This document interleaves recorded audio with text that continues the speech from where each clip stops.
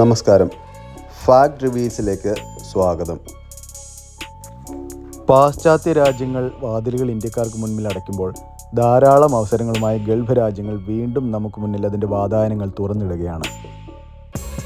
നമുക്കറിയാം, 2018 മുതൽ 2024 വരെയുള്ള കാലയളവിൽ മലയാളികളടക്കം ലക്ഷക്കണക്കിന് ഇന്ത്യക്കാർ യൂറോപ്പ്, ഓസ്ട്രേലിയ, ന്യൂസിലൻഡ്, കാനഡ തുടങ്ങിയ പാശ്ചാത്യ രാജ്യങ്ങളിലേക്ക് വർക്ക് വിസയിലും സ്റ്റുഡൻറ്റ് വിസയിലും മറ്റുമായി കുടിയേറിയിട്ടുണ്ട്. എന്നാൽ കഴിഞ്ഞ കുറച്ച് നാളുകളായി ഈ രാജ്യങ്ങളിലെല്ലാം തന്നെ വലിയ തോതിൽ കുടിയേറ്റ വിരുദ്ധ പ്രക്ഷോഭങ്ങൾ ആരംഭിക്കുകയും അതിനെ തുടർന്ന് കുടിയേറ്റ നിയമങ്ങൾ കടുപ്പിക്കുകയും ചെയ്തു.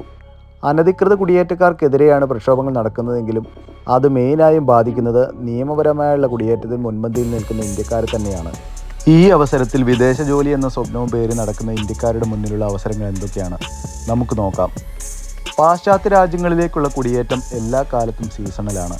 ചിലപ്പോൾ വലിയ തോതിൽ ആളെ എടുക്കുകയും പിന്നീട് വർഷങ്ങൾ പൂർണ്ണമായും ഇൻടേക്ക് അവസാനിപ്പിക്കുകയും ചെയ്യുന്നത് നമ്മൾ പലപ്പോഴും കണ്ടിട്ടുണ്ട്.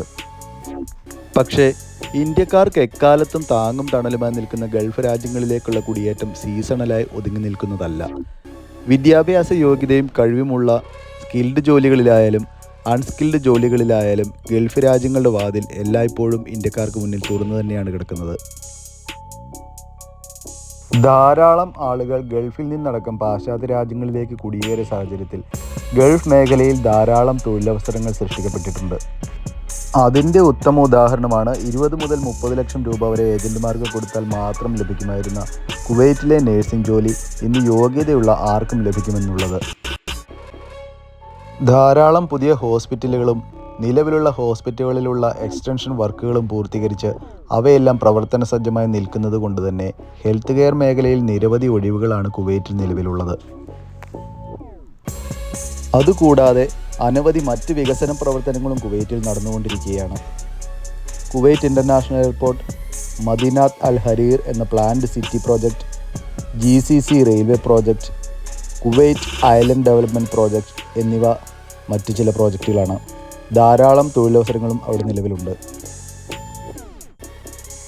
കുവൈറ്റ് മാത്രമല്ല, മറ്റ് GCC രാജ്യങ്ങളിലും ധാരാളം പുതിയ പ്രോജക്റ്റുകൾ അതിൻ്റെ പ്രാരംഭ ഘട്ടങ്ങളിലാണ്. അവിടേക്കും ധാരാളം റിക്രൂട്ട്മെൻറ്റുകളും നടക്കുന്നുണ്ട്. ഇവയിൽ പ്രധാനപ്പെട്ടവ ഏതാണെന്ന് നമുക്കൊന്ന് നോക്കാം. സൗദിയിലെ red sea tourism project, Diriyah company project, north western coast planned city പ്രോജക്റ്റായ നിയോം, എൻ്റർടൈൻമെൻറ്റ് സിറ്റി പ്രോജക്റ്റായ കിദിയ, ജിദ്ദ ടവർ പ്രോജക്റ്റ് എന്നിവ സൗദിയിലെ പദ്ധതികൾ ചിലത് മാത്രമാണ്.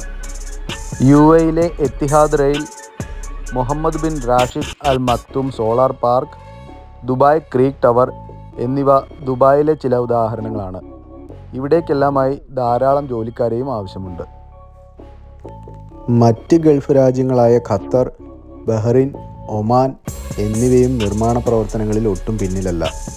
ഹെൽത്ത് കെയർ മേഖലയിലടക്കം അനേകം ഒഴിവുകൾ ഈ രാജ്യങ്ങളിലും നിലവിലുണ്ട്. ഗൾഫ് രാജ്യങ്ങൾക്ക് ഈന്തപ്പഴം എന്നതുപോലെ തന്നെ ഒഴിച്ചുകൂടാൻ പറ്റാത്ത ഒന്നാണ് ഇന്ത്യക്കാരൻ.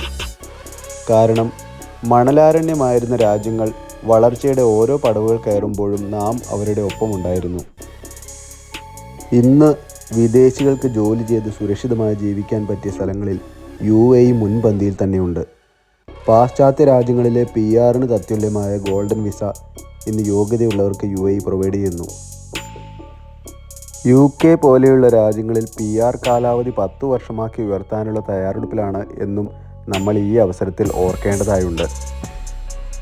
ചുരുക്കി പറഞ്ഞാൽ ഇന്ത്യൻ ഉൽപ്പന്നങ്ങളുടെ ലഭ്യതയും ഇന്ത്യൻ സ്കൂളുകളും റെസ്റ്റോറൻറ്റുകളും നാട്ടിലേക്കുള്ള ചുരുങ്ങിയ യാത്രാസമയവും 24 മണിക്കൂറും ലൈവായ അന്തരീക്ഷവും എല്ലാം ചേർന്ന് ഗൾഫ് മലയാളികളെ വീണ്ടും മാടി വിളിക്കുകയാണ്. ഇനി നമുക്ക് ഗൾഫും പാശ്ചാത്യ നാടുകളും തമ്മിലുള്ള ജീവിത രീതിയിലെ വ്യത്യാസം എന്തെന്ന് നോക്കാം. ഗൾഫ് നാടുകളിൽ സ്വദേശികൾ ഉയർന്ന ജോലികളിലോ ബിസിനസ്സുകളിലോ ഏർപ്പെടുന്നവർ മാത്രമാണ്. അതുകൊണ്ട് തന്നെ അവർ മുകളിലും മറ്റുള്ളവർ താഴെയും എന്ന അവസ്ഥയാണുള്ളത്. ഈ അടുത്ത കാലം വരെ സ്വദേശിയുടെ ലൈസൻസോ ഉടമസ്ഥാവകാശത്തിലോ മാത്രമേ മറ്റു നാട്ടുകാർക്ക് സംരംഭം തുടങ്ങാൻ സാധിക്കുമായിരുന്നുള്ളൂ. ഇപ്പോഴും പല ഗൾഫ് രാജ്യങ്ങളിലെയും അവസ്ഥ അങ്ങനെ തന്നെയാണ്. അവിടെ നിന്ന് സമ്പാദിക്കുന്ന പണത്തിൻ്റെ സിംഹഭാഗവും നിക്ഷേപിക്കപ്പെടുന്നത് ഇന്ത്യയിലാണ്. എന്നാൽ പാശ്ചാത്യ രാജ്യങ്ങളിൽ നേരെ തിരിച്ചാണ്. എല്ലാ ജോലികൾക്കും അതിൻ്റേതായ മഹത്വം അവർ കൽപ്പിക്കുന്നു. അതുകൊണ്ട് തന്നെ ഉന്നത ജോലികൾ മുതൽ ചെറിയ ജോലിയിൽ വരെ നമുക്കവരെ കാണാൻ സാധിക്കും. ജോലി ചെയ്ത് ജീവിതം ആസ്വദിച്ചു കഴിഞ്ഞിരുന്ന അവർക്കിടയിലേക്ക് പുതിയൊരു സമൂഹം വരികയും അവർ കിട്ടുന്ന പണം മിച്ചം പിടിച്ച് വീടുകളും കാറുകളും ഒക്കെ വാങ്ങിക്കൂട്ടാൻ തുടങ്ങിയപ്പോൾ സ്വാഭാവികമായും വീടുകൾക്ക് വില കൂടുകയും നാണ്യപ്പെരുപ്പത്തിന് കാരണമാവുകയും ചെയ്തു. ഇന്ത്യക്കാർക്കെതിരെ വിദ്വേഷം വ്യാപിക്കാനുള്ള കാരണങ്ങളിൽ ഒന്നാണിത്. അതെ, പാശ്ചാത്യ നാടുകൾ അവയുടെ വാതിലുകൾ അടയ്ക്കുമ്പോൾ ഗൾഫ് എന്ന വമ്പൻ്റെ വാതിലുകൾ മലർക്കെ തുറന്നു തന്നെയാണ് കിടക്കുന്നത്. അവസരങ്ങളുടെ പെരുമഴയുമായി അവ ഇന്ത്യക്കാരെ ഇപ്പോഴും മാടി വിളിച്ചുകൊണ്ടേയിരിക്കുന്നു. അപ്പോഴും നമ്മൾ ഓർക്കേണ്ട ഒരു കാര്യമുണ്ട്. ഇന്ത്യ വിട്ട് ഏത് രാജ്യത്ത് ചെന്നാലും നമ്മൾ വിരുന്നുകാർ തന്നെയാണ്. ഫാക്ട് റിവ്യൂസിൻ്റെ അടുത്ത എപ്പിസോഡിൽ വീണ്ടും കാണും വരെ നന്ദി.